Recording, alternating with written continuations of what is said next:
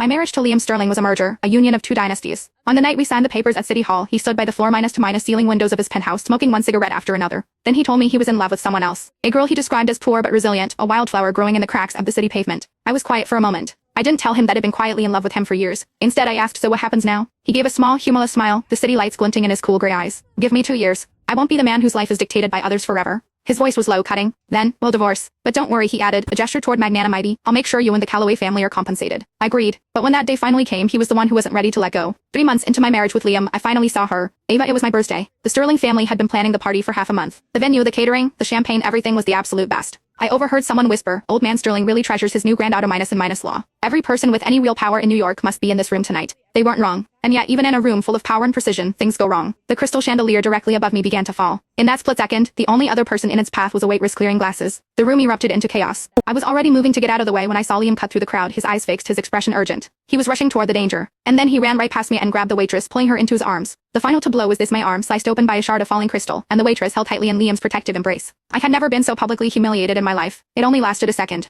Liam seemed to register what had happened, releasing the woman and rushing to my side. He scooped me up and carried me out of the ballroom and straight to the hospital. To the rest of the world, the incident was smoothed over, a husband's frantic concern for his injured wife. When I woke up, Liam was standing by the window of the private hospital room, his back to me, talking on the phone. You shouldn't have come today, he was saying, his voice low and tight with emotion. If you had been hurt, what would I have done? A pause. This thing with her, it will end. I promise. Just wait for me, okay? Just 2 sentences. That's all it took for me to understand. The waitress was Ava, the woman he wanted to marry but couldn't. He turned then and saw my eyes were open. A flicker of relief crossed his face. I tried to smile, but my mouth wouldn't cooperate. He walked over to the bed, one eyebrow slightly raised. You're awake. I managed a nod. In the 3 months since we'd signed the papers, our interactions had been polite, professional, like two colleagues sharing office space. We'd barely spoken since our wedding night. The silence in the room now was absolute. Finally, he broke it. You're not going to ask for an explanation? I don't need one, I said, my voice flat. I know who she is. A small, almost bitter smile touched his lips. You're just as smart as you were in high school. After he left, my best friend, Jessica, came to visit. The Sterling mansion is in total chaos, she said, fluffing my pillows. But I have to say, the way Liam carried you out of there, he looked terrified. Is this a secret romance, an enemies minus to minus lovers situation? I'm so happy for you, Claire. When you first got married, I was so worried. But now, I think it's only a matter of time before you conquer that untouchable man. Sunlight streamed through the window. I thought about an hour before the party, when I'd been opening gifts in our bedroom.